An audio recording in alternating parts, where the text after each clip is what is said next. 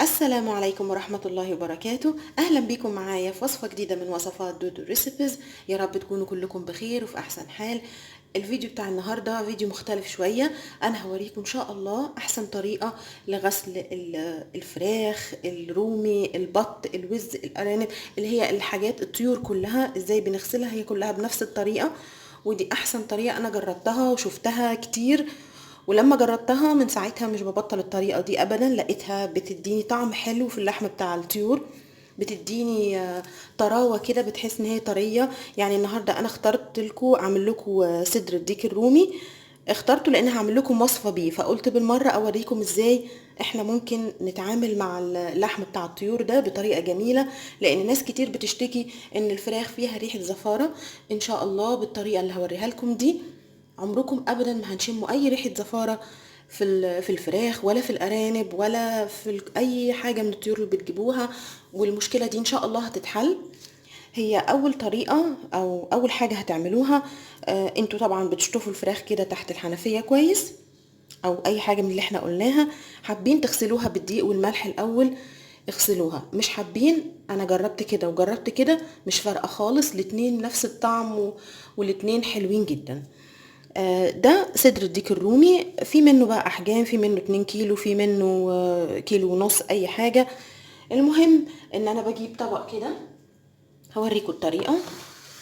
هنخلي ده على جنب كده، وهنجيب طبق ونحط فيه 3.5 لتر مية عادي جدا من الحنفية. طب احنا هنعرف ازاي نقيسهم 3.5 لتر؟ هشيل ده. ازاي هنعرفهم 3.5 لتر؟ هي الموضوع سهل جدا وبسيط، ما فيهوش اي مشكلة. لو عندنا لو عندنا الطبق اللي هو الكوبايه المدرجه دي، بنيجي لغايه اللتر وبنحط بنملاها ميه وبنصبها. طيب انا ما عنديش دي، طب اعمل ايه؟ تمام. انا لو ما عنديش دي، طب هتصرف ازاي؟ هجيب ازازه من ازازه الميه المعدنيه، كانت عندي عادي مفيش اي مشكله. دي هنقرا عليها هنلاقي لتر ونص، فانا عرفت ان انا لو مليت دي ميه هتكون لتر ونص، يبقى كده المشكلة اتحلت. احط منها لتر ونص وارجع املاها مرة تاني لتر ونص، يبقوا كده 3 لتر. ومحتاجين نص لتر، النص لتر حوالي كوبايتين ونص مليانين. تمام.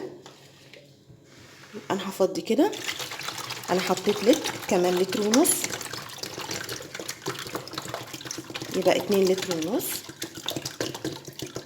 محتاجة كمان لتر، هروح املاها وارجع لكم. وده اللتر اللي فاضل، انا مليت الكوبايه بتاعتي او الشفشق بتاعي ده مليته، يبقى كده 3 لتر ونص. ولازم يبقى بالمظبوط، انا وريتكم الطريقه سهله علشان ما تتلخبطوش. طبعا في ازايز ميه بتبقى لتر، فدي هتسهل عليكم طبعا.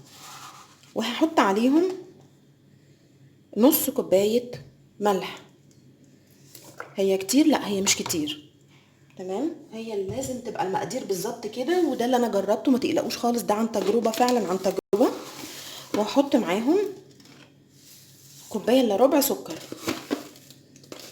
انا حطيت كده نص، وادي ربع كمان، كوبايه الا ربع سكر. وهنقلب الكلام ده لحد ما السكر والملح يدوبوا خالص.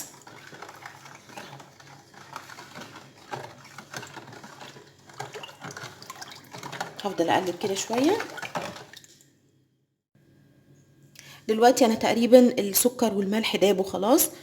هناخد بقى الفراخ بتاعتنا، الرومي بتاعنا، البط، اي حاجه بقى زي ما قلنا، اي طيور بنعملها بنفس الطريقه، بس لازم تبقى الميه مغطياها. اوكي. لو لقيتوها حاجة أكبر من كده، المية مش مغطياها، ضعفوا الكمية. يعني ضعفوا كمية المية، ضعفوا كمية الملح، ضعفوا كمية السكر.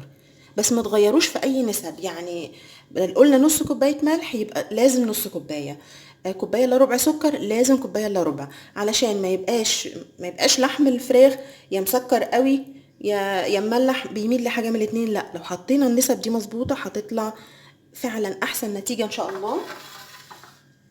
وفعلا هتعجبكم جدا، وهتحسوا ان دي احلى مرة اكلتوا فيها فراخ او رومي او ارانب او اي حاجة. جربوا بس كده.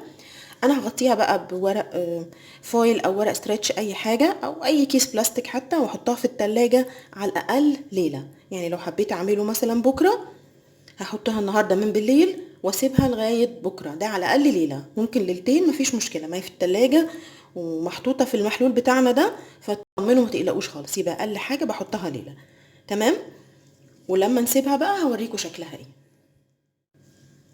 دلوقتي بعد ما الرومي بتاعنا او الفراخ او اي حاجة حطيناها فضلت 24 ساعة في التلاجة، بصوا بقى ايه اللي حصل. اولا المية لونها اتغير، يمكن هنا يكون مش واضح قوي علشان لون الطبق عندي بينك.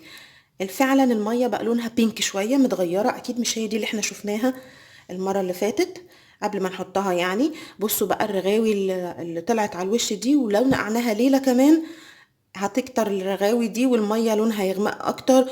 ولو هي فراخ المية هتغمق اكتر، لان بيبقى فيها شوية دم كده بيبقى موجود في الفراخ، والحاجات دي بتطلع كلها بقى في المحلول بتاعنا ده وبتبقى زي الفل. بس الرومي يمكن اللحم بتاعه بيبقى نضيف اكتر ورايق يعني، ما فيهوش الحاجات دي، خصوصا ان هو ده صدر بس مش الديك الرومي كامل. لو الديك الرومي كامل برضو هنلاقي المية لونها كده بينك اكتر، لونها محمرة شوية. واضح قوي الفرق. دلوقتي انا هاخد الصدر الديك ده واخده واشطفه تحت المية كويس وانشفه، وبعدين ابدا وصفتي عادي جدا واتعامل مع اي فراخ بالطريقه بنفس الطريقه، وكله نفس الحكايه. ما تتصوروش بقى بيبقى زي الفل قد ايه وحلو جدا قد ايه.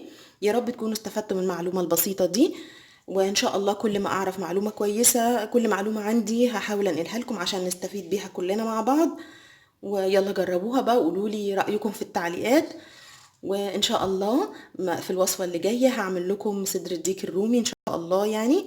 وان شاء الله مع وصفه جديده احلى واحلى. مع السلامه.